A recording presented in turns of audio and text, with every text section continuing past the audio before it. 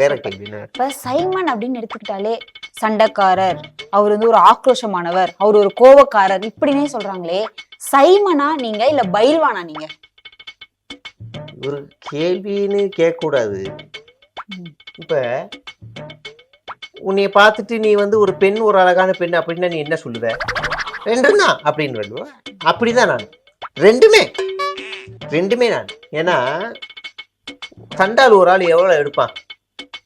இப்படி 30 எடுப்பானா சிம்முக்கு போறவன்? நான் 300 எடுப்பேன், சில நேரம் 2500 எடுப்பேன்.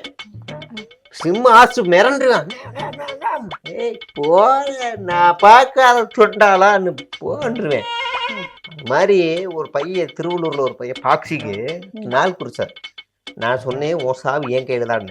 அவங்க மனைவி வச்சு நாள் குறிச்சு. நான் சொன்னேன் தம்பி வேண்டாம், மிதிச்சே அடிபாற்றே செத்து போயிடுவேன். பயந்து போயிடுவான்னு நாள் குறிச்சா அந்த இடத்துக்கு வந்து பாக்ஸிங் கிளவுஸோட நிக்க. அன்னைக்குன்னு பார்த்து எனக்கு ஒரு வேற கூட்டம் வந்துருச்சு. இல்ல ஏன்னா அன்னைக்கு சனிக்கிழமையா போயிருச்சு, மறுநாள் ரெஸ்ட் எடுக்கணுங்கிறதுக்காக சண்டைக்கு போகல. இல்லைன்னா வெறியா இருக்கும்.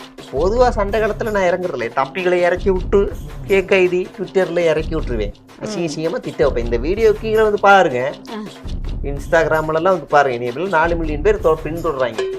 வந்து வண்டியா கேட்பாங்க, கவலைப்படுறதே இல்லையே திரிப்பான்னு. மாட்டிக்கிட்டாங்கன்னா நம்ம டக்குன்னு மான் கராத்தே.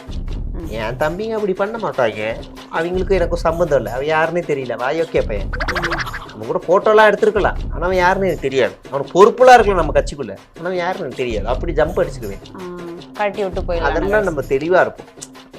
ரொம்ப பிரமாதமான வேலையில நான் கற்று வச்சிருக்கேன்.